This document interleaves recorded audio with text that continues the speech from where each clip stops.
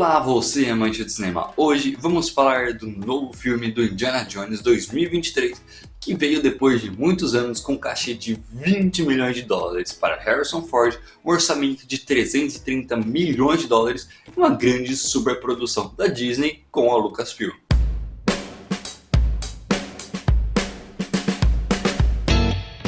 Indiana Jones, criado lá pelo George Lucas, junto com Steven Spielberg, lá pela Lucasfilm, a mesma empresa que produziu os filmes de Star Wars, agora retorna com Harrison Ford aos seus 77 anos, fazendo um baita filme longo, e aqui temos o resultado do tão esperado filme. Muitos adultos indo para os cinemas assistir, mas será que ainda é o suficiente? Com um orçamento muito grande da Disney de 330 milhões, é muito difícil que um filme desse porte consiga se pagar. Isso é uma coisa que já podemos deixar bem claro, que é um filme que raramente ele vai conseguir se pagar. Ou seja, a Disney não é burra e também pensou em outros pontos, já que sabia que existe o risco dele não se pagar. E qual o motivo por ela ter feito esse filme?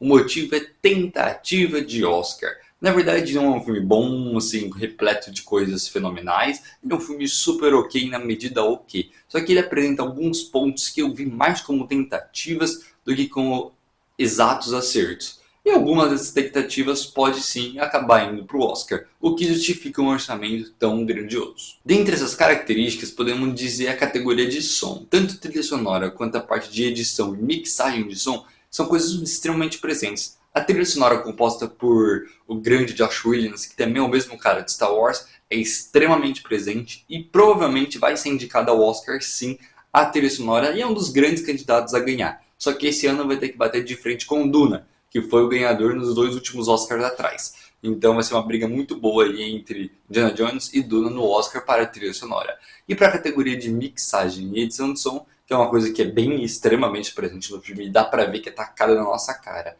Ó, a gente tá querendo fazer campanha para isso. Provavelmente pode acabar entrando principalmente na pré-lista do Oscar e ver se entra na lista final dos indicados.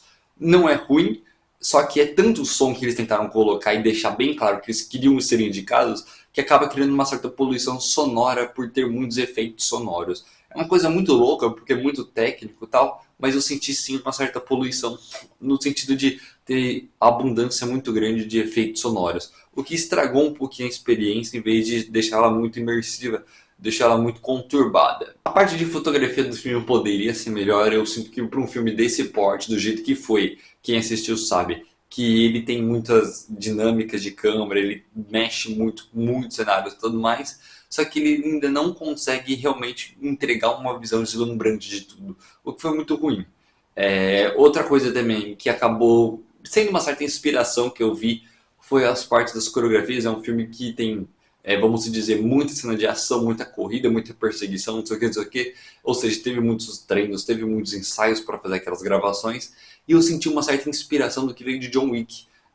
O John Wick, ele é um filme em que usa todo o cenário em sua volta como objetos, oportunidades de combate. Que o John Wick é um cara que, né, luta um Kung Fu com uma ação maravilhosa e ele usa qualquer elemento que tem no cenário dele, em volta dele, a favor seu. E aqui em Indiana Jones a gente tem uma certa inspiração nisso, porque eu também senti essa mesma pegada. Eu senti que eles tentaram, não tanto igual John Wick, claro, mas nas cenas de perseguição, de fuga tal, de rouba de um, rouba de outro, né, relíquias tal, eles até que conseguiram sim utilizar o ambiente em volta deles para ser condizente com o nível da batalha, para usar aquilo e ter outros rumos e tal. Só que teve algumas facilitações em roteiro nisso também. Então por isso que eu falei que não foi tão bem executada, mas teve sua inspiração.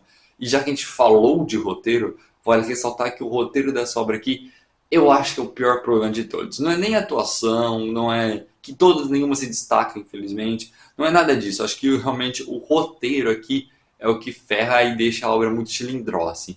Porque ele é um roteiro que começa bem, ele começa revisitando o passado com uma computação gráfica super legal. Aliás, pode ser indicada ao Oscar a computação gráfica desse filme também.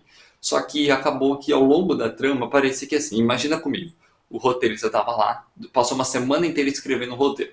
Só que não terminou, estava na metade.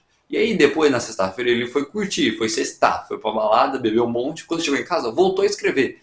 Parece que a história estava indo até que mantendo um círculo linear e ela desanda totalmente. Dá essa impressão muito simples pra gente, muito óbvia na nossa cara.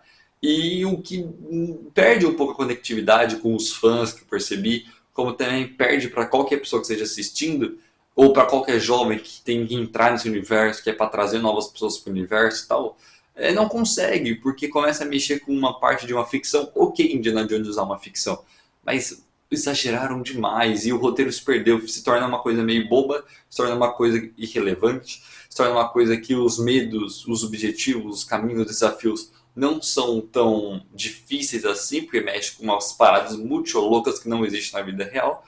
E a história da raiz do Indiana Jones ser um cara que ele vai atrás, que ele vai atrás da relíquia, que ele passa por seus obstáculos e consegue, fica de lado. Se você gostou do vídeo, por favor, deixe sua curtida aqui embaixo. Se você assistiu Indiana Jones, comenta aqui qual foi a sua opinião. Te vejo na próxima, um grande abraço, valeu, falou e fui!